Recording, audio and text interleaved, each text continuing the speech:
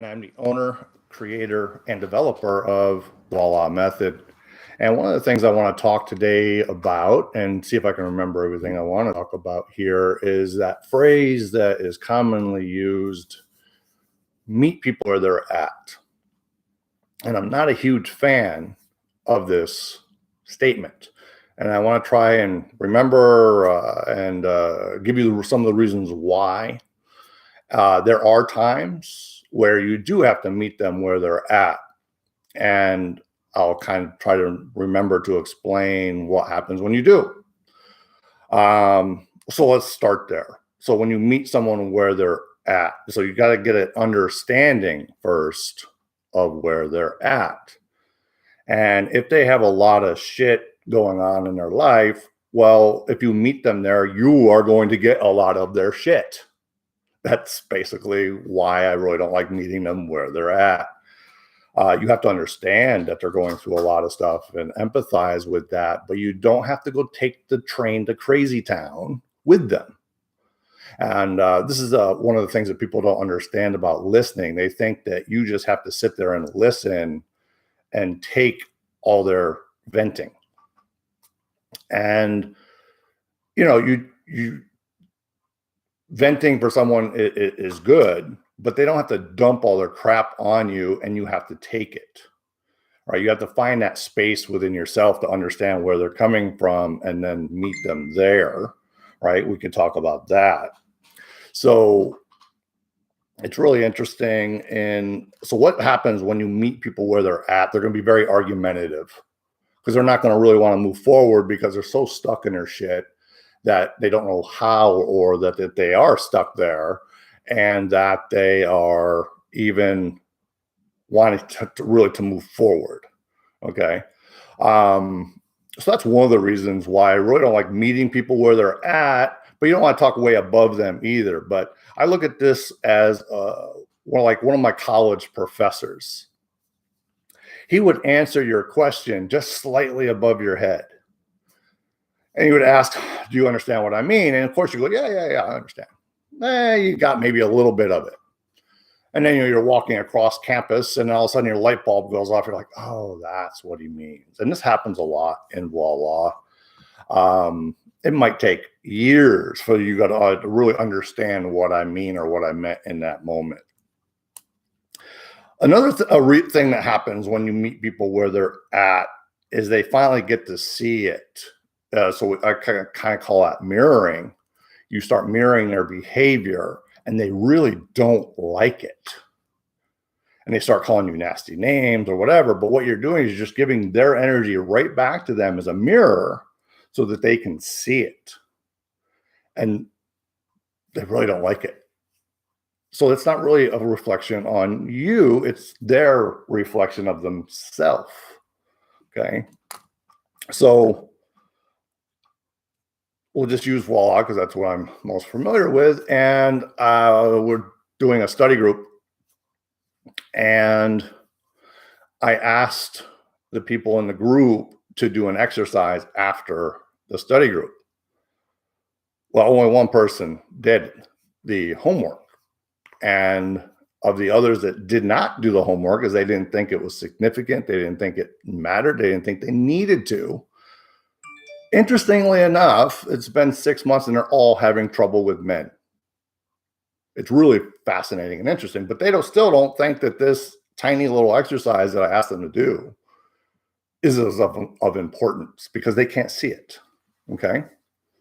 And in one person in particular, I was trying to share like what the significance is, and in many different ways, and being very encouraging and to get them to do it.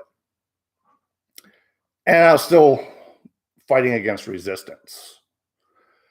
And finally, I'm like, all right, I have to meet them where they're at. So I'll start mirroring their behavior back to them. All of a sudden they get very angry, really angry with me. They're like, well, that wasn't very nice. You could have done that a different way. So I just posed this question to them because I have this all written out and it's, for public viewing for the people in the village to see it. I simply said, can you imagine, or can you even see that you missed like the 8 to 10 different ways I've tried to express so you could hear, so you could understand, and you never heard them? You never saw them? You couldn't read them because you're only reading them from the level that where you're currently at, and their jaw just dropped open like that never even occurred to them. But once they saw themselves being mirrored, they could see it. And then they start lashing out at you. So it's really interesting. So again, it's really why I don't like meeting people where they're at, but you sometimes do have to meet them where they're at so you can get them to move forward, or more importantly, see if they want to move forward. If they don't want to move forward at that time, that's okay. You just cut the conversation short. And you're like, because you're not going to get anywhere, because they're going to just be argumentative. They're going to be dismissive. They're going to think that they know better than you do. It's just really interesting psychology that happens. So you don't want to talk too far above someone's head either, because then they feel like you're making them feel stupid, and you don't want to do that either, right? So you want to try and find that common ground that may be slightly above where they're comfortable, to see if they want to move forward to that space or not. And if you don't, and we talk about this a lot in Walla Level 1, and a lot of people don't understand this concept, but I say don't get caught up in text or messaging, on Facebook or whatever, battles with people or in posts. Just do like 2 or 3 and say, okay, have a nice day. I'll talk to you later, and end it. It's not easy to do, but it's a very valuable tool to do. So meeting people where they're at. The only good that comes from is the mirroring part, but also you getting to see where they're coming from. Okay. But don't stay there. I guess, as I said before, and this is what, again, I want to go back to what people think listening is about. They think if they're starting to spout conspiracy theories that you have to sit there and listen to it. You have to take the rail to the crazy train with them. And if you don't, they think, oh, you're not listening. You're not listening. No, I'm actively listening, and I hear what you're saying, and I don't agree with it because it's not based in fact. There's a great quote the other day. You can believe whatever you want, but the facts still remain the same. They don't lie. So if they start going off the rails, you don't have to follow them. So I'm not going to meet them where they're at if they're going off the rails. I'm going to try and see if we can point them back to the rails. But if they don't want to and they want to keep going off the rails, that's fine too. They can keep going in that direction. Just I won't be on board. And you can try this practice for yourself as well. Okay. So meeting people where they're at, it's fine for a moment. It's what it really is a big time waster.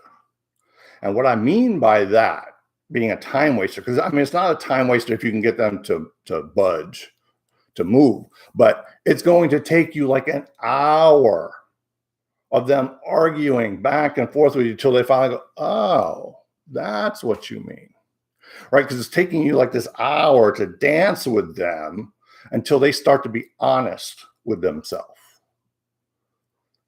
Most people aren't honest with themselves, especially in the very beginning. They really aren't willing or wanting to really look at themselves. And that's what you have to always do. I'll give you a perfect example of this. I was working with a buddy of mine, and we're working on putting a motor back in. And it was a Sunday morning, and I was struggling to get a simple part on. It was just four simple bolts right in front of you. It was like super simple. And I'm just like getting frustrated because I couldn't get it to sit right. I'm like, blah, blah, blah, blah, blah, blah, blah, blah. And my friend, he just kind of sits there and listen to me. And he's like, hey, Joel, just take a break. I'm like, no, I got this. I got this. I go, I'm just grumpy this morning. And he goes, yeah, you are. And from that point on, everything went smooth because I admitted to myself, yeah, I'm being grumpy. I'm tired.